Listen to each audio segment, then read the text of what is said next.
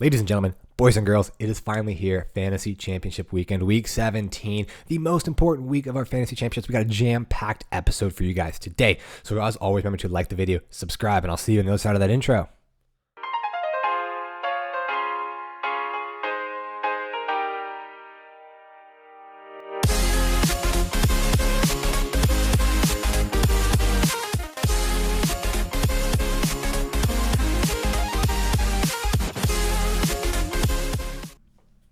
Welcome back into TwinTakes Fantasy Football. And if you are still here, still watching, we appreciate you. And if you are still competing for that fantasy championship, congratulations. We know this is going to be one of the most stressful weeks of your fantasy career. So we're here to break down everything when it comes to the games that we expect to be high scoring, matchups you want to take advantage of, some interesting things when it comes to some matchups that maybe not be so relevant. Even though it's week 17, we have 2 weeks left, there are some teams that don't really have anything to play for. So we got to address those starters, those pieces, and those matchups and how I'm going to tackle those. Again, I apologize for not posting that week 16 recap video. Again, holidays, travel, just life stuff gets in the way. Didn't have my recording set up. So, hopefully that wasn't too much of a detriment that you guys missed out on. But, we're here today to recap our preview, which is obviously a more important episode, frankly. So we got to get this out. And we'll start off with, as always, those matchups that we look forward to. And we're going to start out with a barn burner of a matchup according to Vegas. Bears at the Lions, where Detroit is currently favored by 6 points. Over-under is highest on the week at 52 points, meaning Chicago is projected to have 22.5 points, and the Detroit Lions have a mind-boggling 29-point projected point total. So just tons of fantasy goodness here to take advantage of. And let's start out with the Detroit Lions. Again, a very disappointing week for them last week as they just absolutely got walloped by the Panthers. And it was interesting for a while because in weeks 4, 5, 6, 7, they were a terrible run defense. They were a terrible defense, just people scoring all over on them. And then they kind of pulled it together. Aiden Hutchinson, the rest of that defensive line, was shutting down top-tier running backs like Aaron Jones and Saquon Barkley. So, back in the early part of the season, you're projecting Detroit as like, listen, we want to stash running backs to play against them in the playoffs. And then halfway through the season, you're like, wait, hold on a second. We need to totally pivot. Maybe running backs aren't great for this matchup. However, that was only a 1 month stretch where their defense seemed to come together, and then it all fell apart last week against the Panthers. D'Onta Foreman and Chuba Hubbard both had monster games against them. Both believe were over 100 yards. I know if D'Onta Foreman was, maybe Chuba Hubbard got close. But it looks like this is a Detroit defense that, it wasn't quite well thought out. It wasn't quite put together, and like we thought in the early season, that's going to be an area of the team that Detroit's going to have to address in the offseason. Thankfully, they do have the Rams pick to address that with a high-end upside pick, whether it's the defensive line they address or with an edge rusher. But, thankfully, this is back to a great fantasy matchup. High-scoring offense, very bad defense to allow a ton of points, so it results in a massive shootout, leading to fantasy goodness on both sides. And what do you know? On the other side, we have another team that looks just like that with the Bears. I know it was a disappointing game for the Bears against the Bills last week, but again, kind of those games where you just have to throw it out. The Bills are, top 3 team in the NFL. They have an incredible defense, even without Von Miller, and it was just a crazy game. 32 degrees, wind gusts, some precipitation that really limited the pass game, and also the Bears, it kind of gave a blueprint for the Bills to stop them when you had Darnell Mooney out, and plus the weather conditions, and a very neophyte passer when it comes to Justin Fields gave them, okay, we don't have to worry about selling out to stop the pass. We don't have to worry about that passing attack. We can really, put our safeties in the box. We can really load that front end and stop the run. And they did just that, leading to a ton of disappointment from both David Montgomery and Justin Fields. But that turns around this week. I expect this to be a very high scoring game, and so does Vegas. So, that makes me feel better. And if you did survive that down week by Justin Fields, definitely expect him to come back and put up a monster performance against the Lions. Again, with a run defense that is, regressing heavily, and a Detroit defense that is the best matchup possible for fantasy quarterbacks. A breakout guy like Justin Fields should have himself a day. And then with the Detroit Lions, we'll kind of break down, which players are involved, which players are not involved, even on that crazy week last week. They put up points, but they all went to Shane Silvestre. That's not going to be sustainable. All 3 touchdowns are not going to go to a backup tight end. Obviously, I know DeAndre Swift fantasy was a little bit upset. If you started Jamal Williams, you were definitely upset. And Amon-Ra St. Brown, he still had a good game. Just couldn't find that end zone to really maximize his production. Only had about 11.6 fantasy points there. But again, expect bounce back games for both teams here. The Bears, not really much to play for. The Lions' playoff chances, they're sitting right around, I believe, 17 to 18%, so it's very unlikely to get in the playoffs. But, mathematically, they're still involved, so they will still have something to play for. And obviously, Justin Fields, as he kind of plays out the rest of this year, we want to see a lot of progression for him in order to be able to go into next season having full confidence in the Bears organization that they have their quarterback. So let's, as always, break down our starting tiers. From the Bears is really, really simple. You don't want to touch the pass catchers. Except for tight end. But I'm not going to take a waiver on Chase Claypool. I'm not going to take a waiver on Equanimous St. Brown or even Avalis Jones. So for the must starts, you have Justin Fields, obviously incredible quarterback, absolutely smash upside with his rushing ability, and obviously the insane match against Detroit Lions. David Montgomery, absolutely a must play, and Cole Kmet, with how scatterbrained this tight end landscape is for fantasy.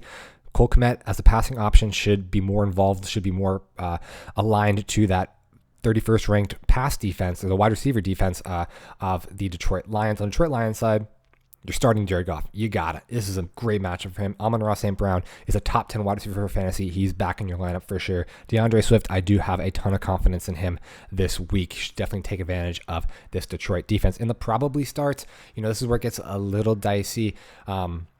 This is where I do end up having a Jamal Williams. Again, it's super volatile, let you down last week, but his entire fantasy day is relevant when it comes to the rushing.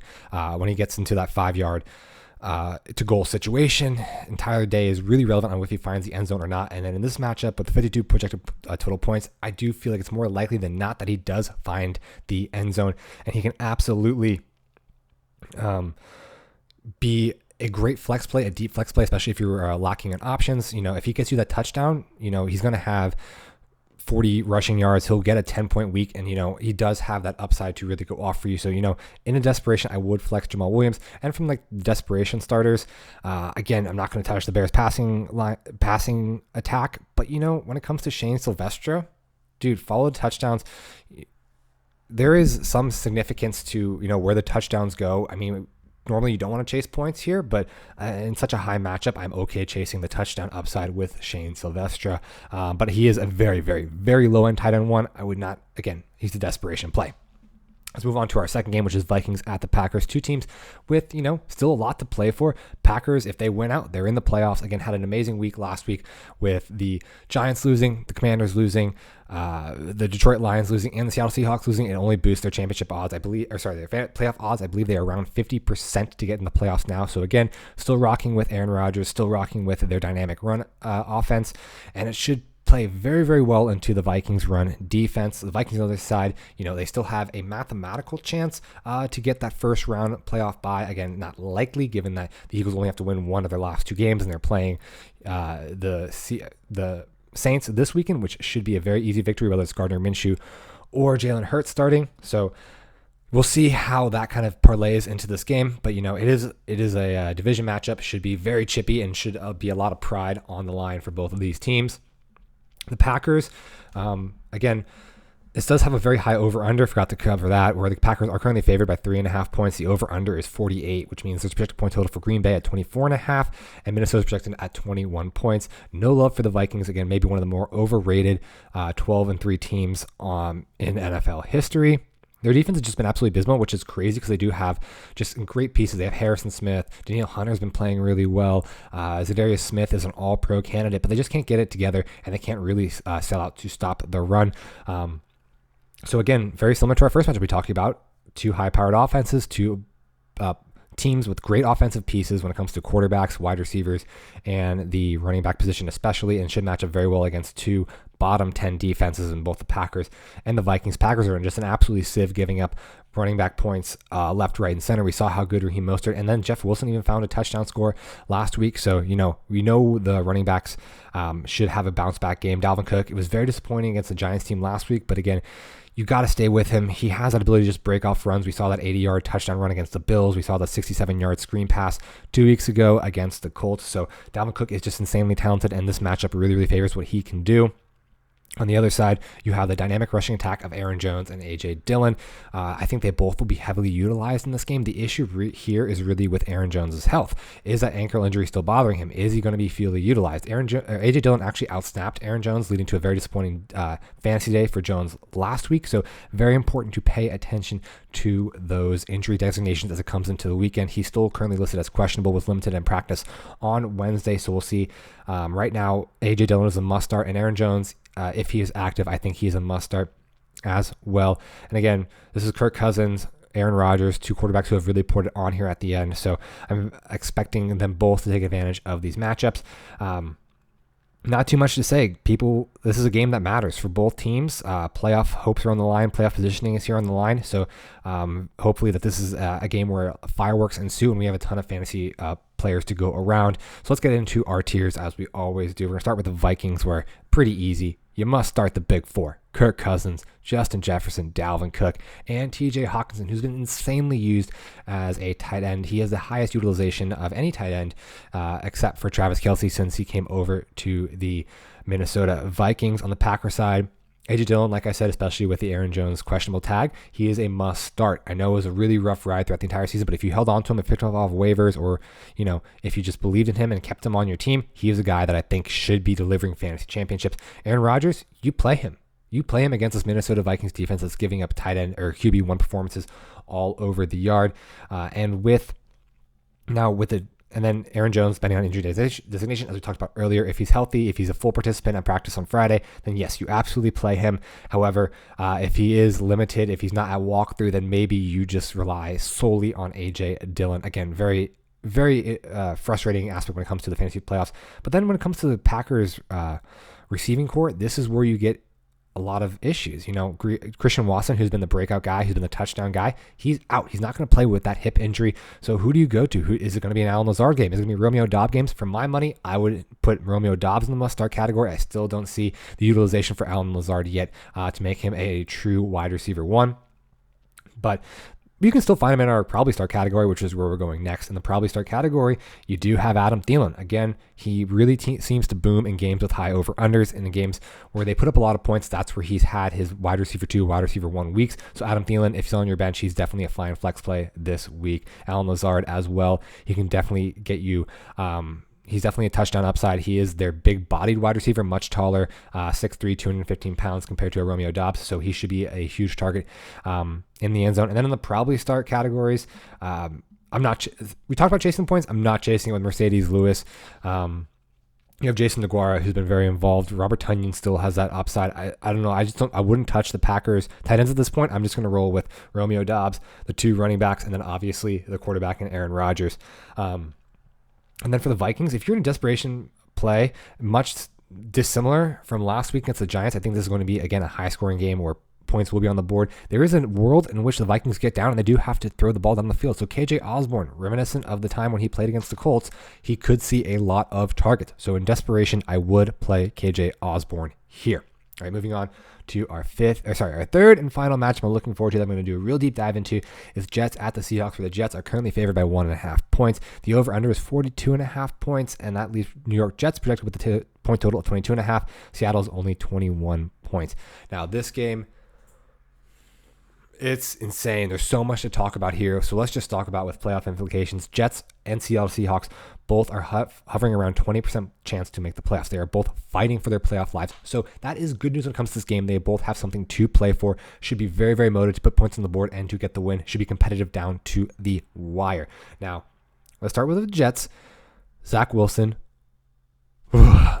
Terrifying. But he's now a healthy scratch. Mike White is back in at quarterback, and Joe Flacco is going to be backing up. Zach Wilson will not be playing in this game whatsoever. I believe the Zach Wilson experiment is done in New York or New Jersey. That's where the stadium is located. So again, Garrett Wilson managers are rejoicing. Elijah Moore managers are rejoicing. And I think that leads to, a lot more upside plays. Where I was shying away from Elijah Moore last week, this week I would definitely look to play him with a little bit more confidence. On the Seahawks side, Tyler Lockett. We saw just how abysmal that offense was when it came to having Tyler Lockett miss, and they just couldn't get anything going against Kansas City Chiefs, a defense that has been bottom 10. And I thought it was going to be a good game for Geno Smith. That was going to be a good game for DK Metcalf, but without Tyler Lockett, it seems like that offense really took a huge impact. And a lot of it comes down to the 3rd and 4th down conversion rate, where I believe on 3rd and 4th downs, the Seattle Seahawks have about 42, 43 first downs when it comes to those long yardage situations on 3rd and 4th down. And guess what? Tyler Lockett has 28 of those first down conversions. He's just so good when it comes to catching the ball, moving the chains. And without that, it seems like that offense was really, really hampered. So, no, he had injury. There is a possibility he returns in this game, but with a broken finger 1 week, I'm not really sure that he's going to make it back in time. Just from personal experience, it takes about 4 weeks for a broken finger to feel semi-normal. So I don't know how well Tyler Lockett, even if he does play, he might be used more as a gimmick. His pass catching and grip strength with that broken finger really, really, really concern me. And then obviously, this is a game being played up in the Pacific Northwest. It's going to be a very, very cold game. It's going to be harder for these quarterbacks to sling the ball. So that's why we have an over-under that's quite low at 42.5 points. So we really have to be precise when starting a lot of these players. So without further ado, let's get into our tiers. And the must-start tier, with Mike White back on our quarterback, Garrett Wilson definitely makes his way as a must-start. And Zonovan Knight, I think he is going to be a guy, especially against this abysmal Seahawks run defense that is ranked 29th currently in points given up to the running back position. You can definitely start Zonovan Knight. I know it was a very, very bad game last week, but that was a Zach Wilson effect. You throw it out. Throw out the Zach Wilson game. Zonovan Knight is back in your lineup. On the Seahawks side, you have to start DK. He is just that talented. And also, I know the Jets are a really, really staunch run defense. They are top 10 in points given up to the position. However, Kenneth Walker, without Tyler Lockett, he's going to be involved in the passing game. We saw Marquise Goodwin absolutely goose you last week. So again, with Sauce covering DK most likely on the game on the boundary, I think Kenneth Walker will have enough utilization to be fantasy relevant. I don't know if there's a tremendous upside to him, but he can definitely still make an impact on your fantasy rosters in this championship weekend. Going to the probably start, this is where we get really dicey, and I think this is where you have to evaluate your team, where you stand, where you're favored and not favored, and make those kind of gut calls. Elijah Moore with Mike White under center, he is finding the end zone. He's averaging 8 targets a game. I would be totally fine flexing Elijah Moore, especially against the Seahawks pass defense. Michael Carter, once Zach Wilson was out of the game, he was heavily utilized in a passing aspect. I think he had 4 catches for 75 yards, not 75 yards, but 4 catches for 42 yards, ended up around 7.5 fantasy points, was heavily utilized in the passing game. And against the Seahawks defense, that is pretty bad against the run. I think, that is a decent flex play. Zonovan Knight has been the guy taking the most snaps, has the larger snap share, has the most opportunities out of the backfield, but Michael Carter, he's going to be in there on pass protecting plays. He's a much better pass protector than Zonovan Knight is, and I think that he will get a ton of benefit from just dump-offs from Mike White in that regard. On the Seahawks side, if Tyler Lockett is active, it's so frustrating because I don't think he'll be active, but if he is, actually, no, I'm changing my mind. Even if he is active, he's a decoy. That finger's going to have too much of an impact. I'm not going to play Tyler Lockett, but you can play Noah Fant. You can play Noah Fant because Marquise Goodwin showed that he's completely incompetent, and the Jets, if there is one lack when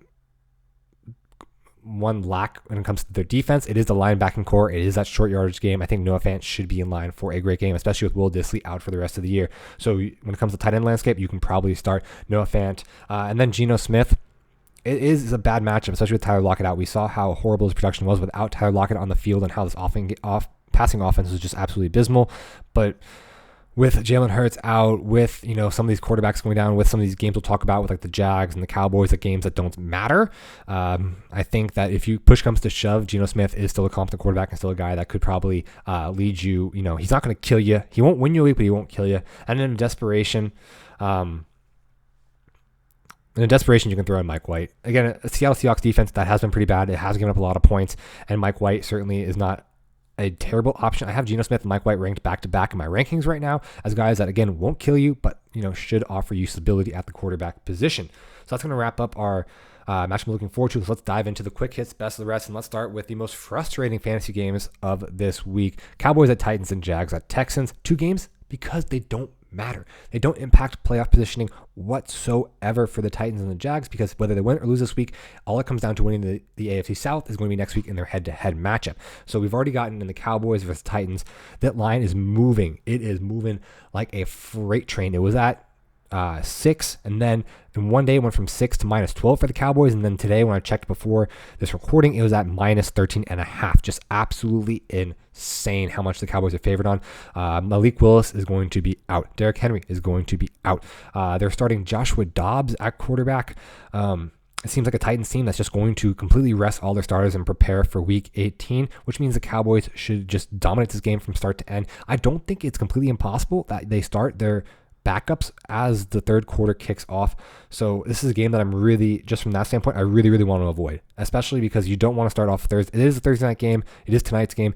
And you don't want to start off with a really like a fat goose egg or a really low fantasy points to kick off your championship weekend. So really it's simple. In a game like this, you don't go for opportunity. You just follow the talent. And there's two talented guys that are going to be playing. That's Zeke and that's CD. That's it. I'm not playing Dak. I actually have Mike White ranked higher than Dak just because of how abysmal I think this matchup is going to be. I don't think he's going to have to pass. And if he does, there's going to be a few passes to CD Lamb. So yeah, CD, Zeke, and, hold on for dear life and just pray that they find the end zone and get some sort of production. Definitely very frustrating when it comes to dealing with that in your championship matchup. Second, Jags at Texans, where Jacksonville is currently favored by 4.5 points. And again, a matchup that just doesn't really matter.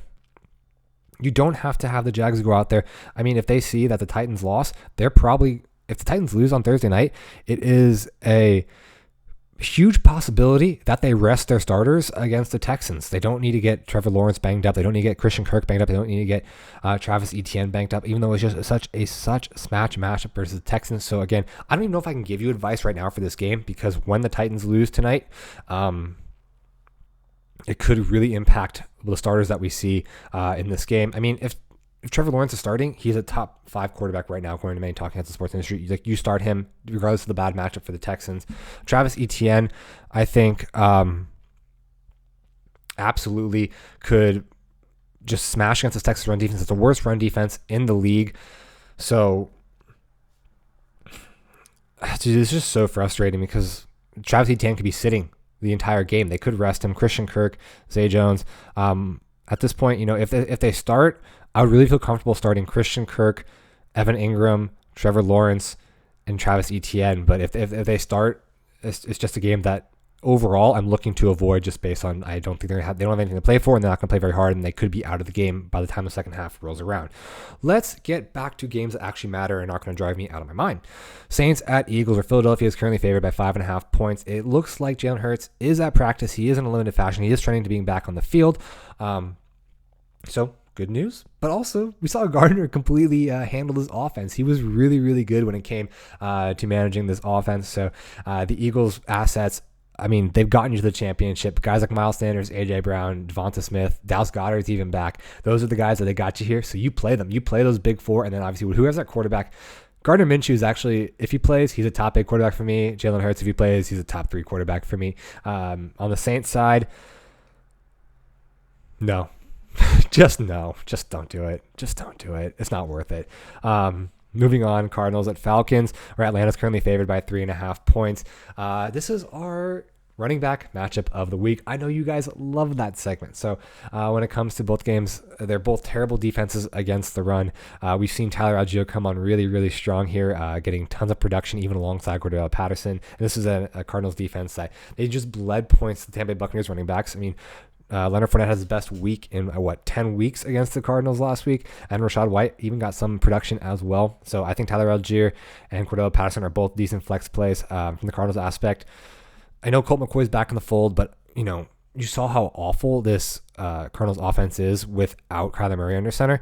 And James Conner is averaging 30 opportunities per game ever since he came back from injury, and it's only gone up with Kyler Murray leaving the fold with that ACL injury. So James Conner is a top tier running back this week. He is like top 3 as a running back. If you have him, smash play. He will lead you to a championship. But I don't want to mess around with DeAndre Hopkins.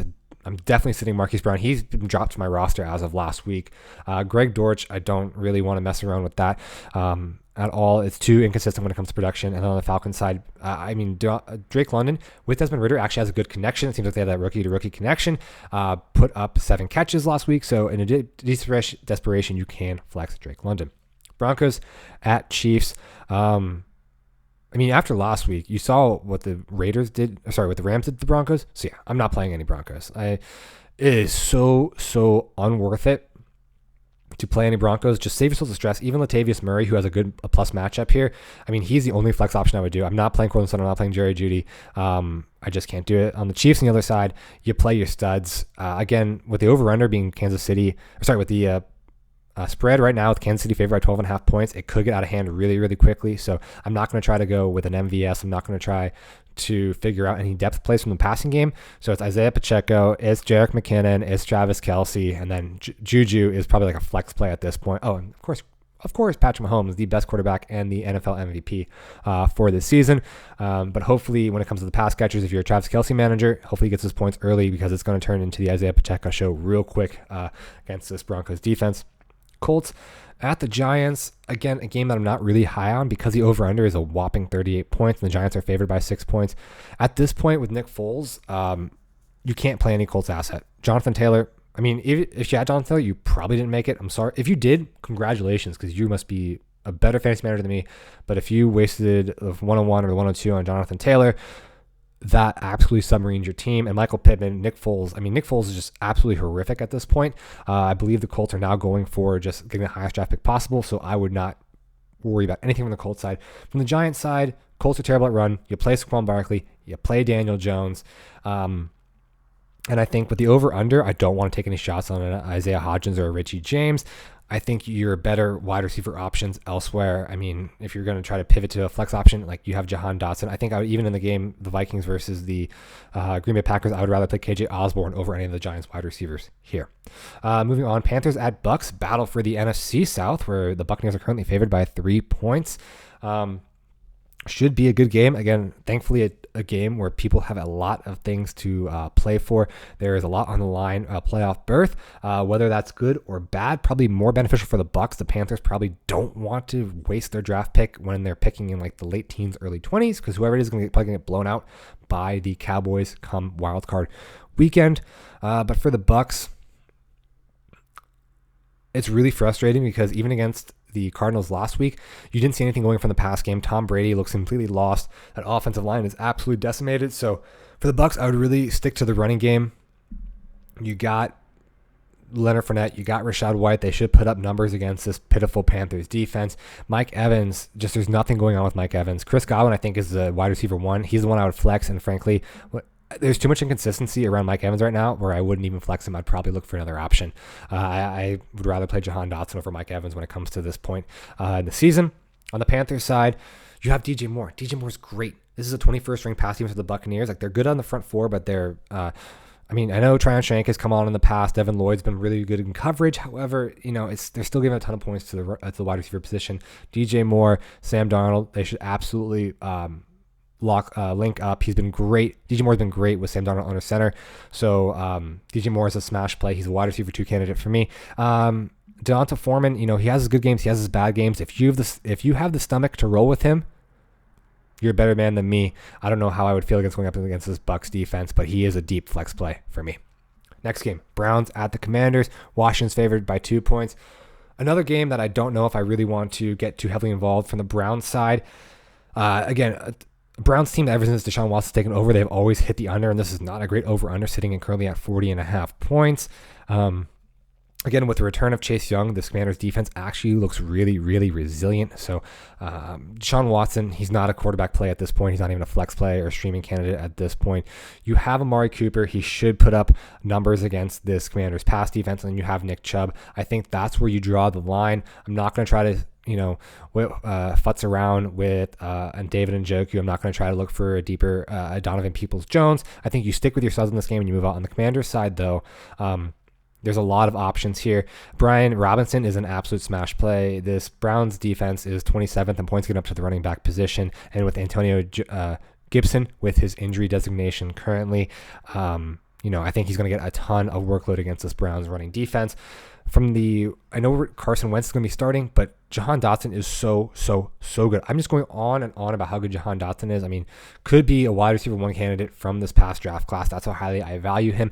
He's just the way thing I'd say is like, go watch his highlights. The way he catches the ball, there's no other way to describe it than it's just pretty. He just has the most beautiful catching motion. Like the ball just sits in there. There's no bobble. There's nothing. He's so freaking good at catching the ball. He's honestly the wide receiver one in my opinion for the Commanders, and you have to start Jahan Dotson. Terry McLaurin, I think he should get a ton of utilization. Carson Wentz will launch the ball. He'll throw the ball out to him. So Terry McLaurin, I'm okay with you flexing him. 49ers at the Raiders. Well, Raiders have given up on the season. Derek Carr, looking more like David Carr these past few weeks, has been jettisoned from the team, taking time away from the team, won't even be there. Jarrett Stidham's going to be starting going forward, and Jarrett Stidham is not a good quarterback. So this is a huge downgrade on Devontae Adams. He's had two really bad back-to-back weeks, 2.5 points and 4.8 points, and with Jarrett Stidham, not going to help at all. Devontae Adams, flex play, and that hurts my soul to say, but that's really where I value Devontae Adams right now. And then Josh Jacobs against the 49ers defense, they're number one against the run. This is rough. This is really, really, really rough. I believe they're both flex play options, but it's hard when you can see that the organization has given up on the season.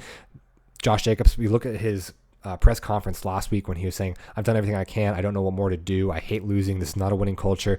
He's not even motivated to be out there on the field giving production, which makes me even less concerned, or even more concerned about starting him this week in fantasy. On the 49ers side, CMC, ceiling is the Sistine Chapel. That dude is going to go off for amazing. And honestly, this is a game where San Francisco is favored by 10 points. I think it's actually creeping up to 11 points as of the time of this recording.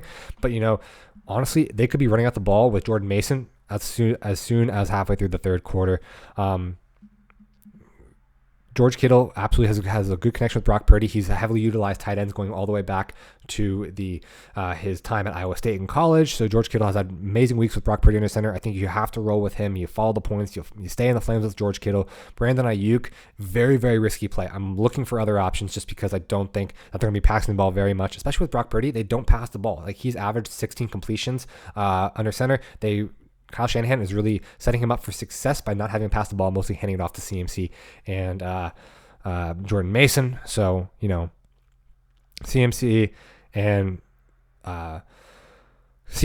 and George Kittle are the guys that I really am excited for in that game, and Ayuk is a flex play if you're desperate. Moving on to Rams at Chargers, where the Chargers are currently favored by 6.5 points. I love Cam Akers. Cam Akers has come back and been an absolute monster for this Rams team, and especially with a ton of injury. As the injury report for the Rams, the injured reserve looks more like a CVS list these days. Ben Skowronek has now been added. You can definitely start Cam Akers. This is a Chargers defense that's abysmal against the run. They're bottom 5 in fantasy points given up to the running back. So Cam Akers, rolling the flames. He got you here if you played him last week, so you got to stay with him. Baker Mayfield, I actually really think that his addition to the offense has really been a boon for Tyler Higbee. Baker Mayfield dating all the way back to his games at Oklahoma University, really heavily involves the tight end. Tyler Higbee found the end zone twice last week. He is a great play. Chargers on the other side, I think this is a game where the Rams defense is bad. Don't let last week's performance fool you. They're still one of the most heavily injured defenses, and they're also pretty bad ever since Aaron Donald left with injury. He won't be returning this season. So, you play your big four. You play Justin Herbert. I know it's been a frustrating year for him, but you stay in the flames. He has a good matchup. You play Mike Williams. You play Keenan Allen. You play Austin Eckler.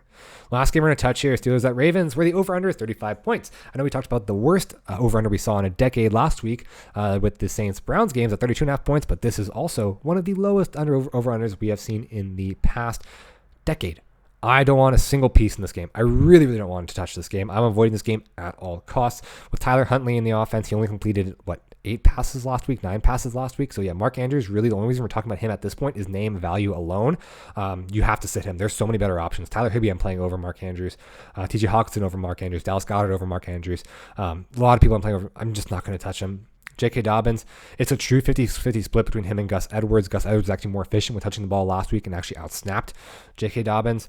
So, again, these are two teams. They've consistently hit the unders in all the games. It's the lowest under over on the week. I'm considering Najee a deep flex play at best, J.K. Dobbins a deep flex play at best, and I really, really would not touch anything else in this game. Just avoid it at all costs. And I know I've said that for a lot of games here, and you can't avoid every single game, but dude, this is a bad one. All right. After that depressing note, let's talk about our matchup of the week. Ladies and gentlemen, let's get ready to rumble!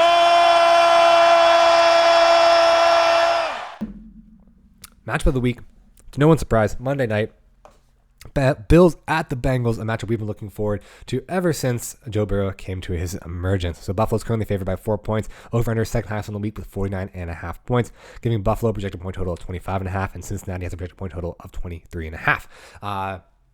First time Burrow and Allen are going to be playing each other, so this is going to be a great game both for fantasy and for NFL. Again, huge implications on the number one overall seed, as the Bengals and the Bills are both still vying for that number one seed. And if Cincinnati loses, it actually opens up the pathway for the Ravens to jump in and grab that AFC North division title. So, a little bit added stake there for the Cincinnati Bengals. But again, this is one of the highest over-unders we've seen on the season. And in a season where scoring has been so low and so abysmal, 49.5 is really, really juicy. Again, the betting pros over in Vegas are projecting this to be an absolute shootout, which I think translates really, really well to the passing game.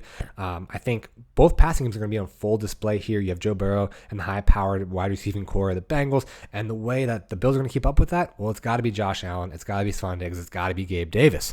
When it comes to running backs, though, I am very, very concerned for the Bills running backs, just because this is a very, very vaunted Bengals defense has been great against the run. They are 9th currently in fantasy points given up to the running back position.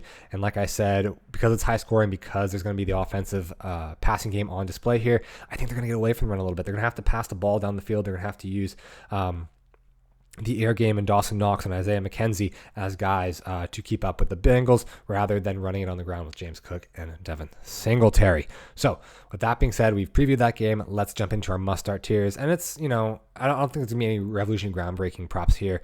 From the Bills side, we'll start with the Bills. Bills, Josh Allen, best quarterback for fantasy in the NFL right now. You got to start him. You have to start Stephon Diggs. I know it was a very, very disappointing game last week, but again, crazy weather game against the Bears. It was a blowout. Didn't have to pass the ball. You throw that out. You bring him back. He's going to be heavily utilized in this game. I know he was out with the illness. He should be back in time for this weekend. Gabe Davis, you got to start him. This is a game that I think really lines up well with his skill set. He's going to, if the Bengals passing offense catches fire, they're going to have to take at least 2 or 3 deep shots to Gabe Davis, and that's where he makes his money. That's where he gets his wide receiver 1, wide receiver 2 performances. Start Gabe Davis. You got to start him this week. Dawson Knox, he's found the end zone 3 straight weeks in a row. He's been a tight end 3, 4, and 9 over those 3 weeks. He's a must start. He's heavily utilized in this offense. On the Bengals side, it's Mixon, it's Higgins, it's Jamar, and it is Joe Burrow. Again, love all those guys. Really want them to take advantage of the high upside scoring points here. When it comes to probably starting, I am probably starting Devin Singletary. Again, he's wide receiver 22 the running back 22 on the season. He's put in the work. He's got you here. You got to roll in the flames with him. He's been very, very productive, especially over the latter half of the season. Isaiah McKenzie, I also think can be a probably start. I think, again, he's heavily utilized in the slot, which is where a lot of teams do make up a lot of ground. That's why we saw Russell Gage really eviscerate the Bengals a couple weeks ago for the Buccaneers. So Isaiah McKenzie, I think, should actually have a pretty decent game here as well. From the Bengals side, Samaje Perine, I'm okay with starting him. He's going to be obviously heavily utilized in the passing game, and with the high upside game, I would be okay. In desperation start, you have James Cook, I think, because he's technically the 3rd running back on this team behind Devin Singletary and Josh Allen. And like I said, I think this game is going to favor the passing more than the running. Maybe sit James Cook for this game. He's going to be great, but I don't think his full potential has been utilized or realized in this offense just yet. Hayden Hurst. I know Trent Irwin has been the focal point and been the end zone threat, but Hayden Hurst is still the tight end 1. I think Hayden Hurst should have at least, if you're very desperate from the fantasy tight end point, you can start Hayden Hurst. So that's going to wrap up our matchup of the week. As always, I will tell you, go over to Sleeper HQ. That's where I do player breakdowns. We have a ton this week. I know this is super important for fantasy championships. So the guys that I break down in depth with all those stats, giving you my personal rankings, are Cam Akers, Tyler Higbee, Justin Herbert, Mike Williams, Najee Harris, George Pickens, Deontay Johnson, don't start him, J.K. Dobbins, Mark Andrews, Devin Singletary, James Cook, Gabe Davis, Dawson Knox, and T. Higgins. So go over to Sleeper HQ. Also, I will retweet all those on my Twitter. They're on YouTube. Some are on Instagram. Go check them out. They're really, really helpful, and I think they're really, really good fantasy football production. So here's my parting thoughts. There's only one thing that I'm not clear about. Actually, there is one thing. What other thing? Last thing I will say: pay attention. Even if you're out of the playoffs, pay attention to the end of the regular season and the playoffs. this is where we see stars are born. This is where Amon-Ra St. Brown really came out. If you weren't paying attention to the end of last season, you'd have missed out on a Gabe Davis and Amon-Ra St. Brown, maybe even a Rashad Penny, even though his fantasy season ended early. These are where guys kind of make their names and give a lot of hope for teams and kind of help teams set their lineups going into next year. Even if you are feeling jilted from this past season, if you had a bad fantasy season, push through it, please, because it's going to make you a better fantasy player if you continue to pay attention to the podcast, to the NFL, to how players are performing. Again, this is where breakouts happen. They shape fantasy landscape going forward. This is where we do a lot of our, even in the playoffs, this is where we really shape quite a bit of how we project players for next year. I mean, Jamar Chase went from like a third round guy, and after his playoff run, he became a first round guy. That's where Jamar Chase really built his value. So just keep your eyes on who makes a statement to close out the season and who is going to see their volume tick upwards. Okay, long episode. Thanks for rolling with me. Did a ton of breakdown here. Hope you found it helpful. Good luck this week in your fantasy championships. I hope you guys win. And I will see you next week. I will be back. We will recap and we'll talk about the future of this channel going forward into the off season. So again, it's been a wonderful season, guys. Thank you.